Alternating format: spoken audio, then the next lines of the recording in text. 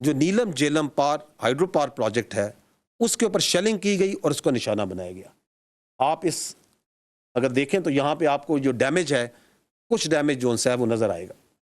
یہ چلائیے اس کو. یہ نیلم جیلم پروجیکٹ جو نوسیری ڈیم ہے, یہ وہاں پہ آپ کو نظر آ رہا ہے کہ کیسے اس پہ شیلنگ کی گئی ہے.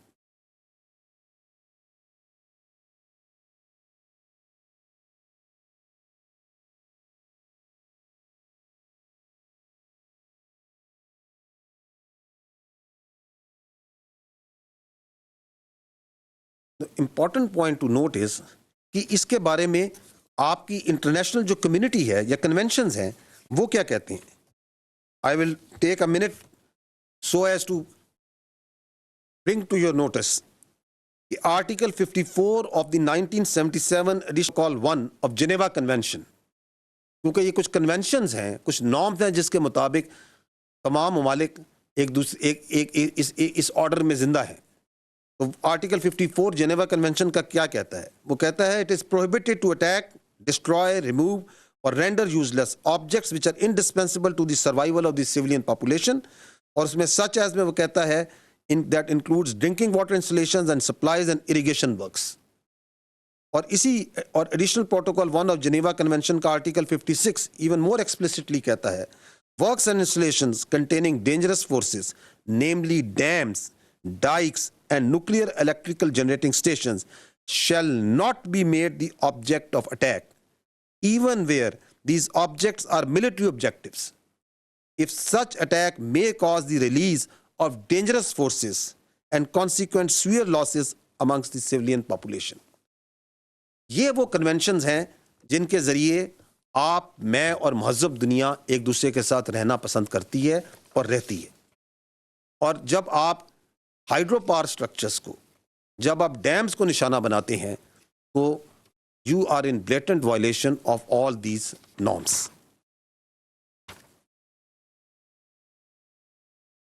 آج میں آپ کو یہ باور کرانا چاہتا ہوں کہ آج قومی سلامتی کونسل کمیٹی کا جو اجلاس ہوا ہے اس میں یہ طے پایا ہے کہ اقوام متحدہ کے آرٹیکل 51 کے تحت پاکستان نے دفاع کا حق استعمال کرتے ہوئے مسلح افواج کو مکمل اختیار دیا ہے کہ وہ مناسب وقت, جگہ اور طریقے سے جواب دیں.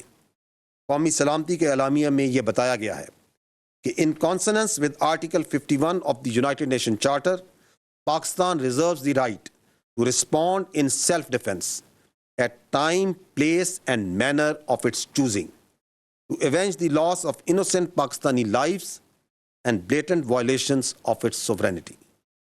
The armed forces of Pakistan have duly been authorized to undertake corresponding actions in this regard. Pakistan remains committed to peace with dignity and honor, and reiterates that it shall never allow any violation of its sovereignty, territorial integrity, or permit any harm to its proud people. آخر میں صرف یہ کہنا چاہوں گا کہ قوم کو افواج پاکستان پہ اور افواج پاکستان کو اپنی بہادر قوم پر فخر ہے, اور دونوں اس طرح متحد ہیں اس بھارتی جارحیت کے خلاف. اور ہم اپنے اس عزم کا اعادہ کرتے ہیں کہ ہماری امن کی خواہش, ہماری امن کی شدید خواہش کو کبھی بھی کمزوری نہ سمجھا جائے, کیونکہ اپنے عوام کے تحفظ پر, اپنی زمین کے تحفظ پر افواج پاکستان کبھی کوئی سمجھوتا نہیں کریں گی. میں یہاں پر پوری پاکستانی قوم کو خراج تحسین پیش کرنا چاہتا ہوں افواج پاکستان کی جانب سے کہ کس طرح اس بھارتی جارحیت کے اوپر وہ یکجا ہو کر نکلی, یک زبان ہو کر بولی, اور کس طرح افواج پاکستان کے ساتھ کندھے سے کندھا ملا کر اس کے سامنے سیسا پلائی ہوئی دیوار کی طرح کھڑی ہیں.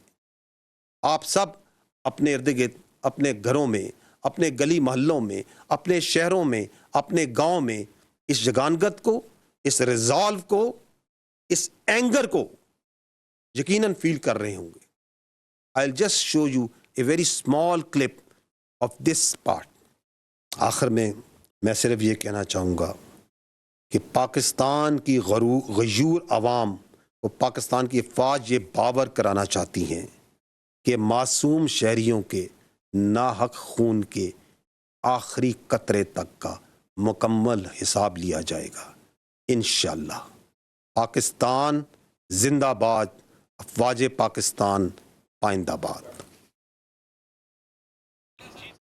پوری قوم کو D G I S P R lieutenant general Ahmed Sharif Chaudhry کی نیوز کانفرنس جاری تھی۔ انہوں نے اب تک کی تمام سچویشنز کے بارے میں پاکستانی عوام کو آگاہ کیا ہے، اور انہوں نے کہا کہ بھارتی حملے میں 31 شہری شہید، 57 زخمی ہو چکے ہیں۔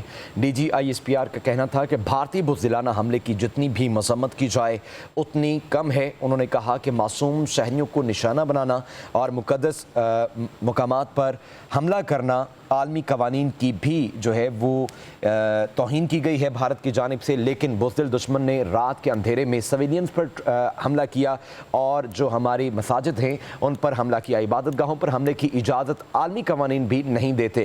جبکہ ایئر فورس نے بھارت کے 3 رافیل طیاروں سمیت 5 طیارے تباہ کیے ہیں۔ ترجمان پاک فوج کی نیوز کانفرنس جاری تھی۔ انہوں نے کہا کہ حملے میں مساجد کو نشانہ بنایا گیا، قرآن پاک شہید کیے گئے، جبکہ عالمی قوانین بھی اس کی اجازت نہیں دیتے۔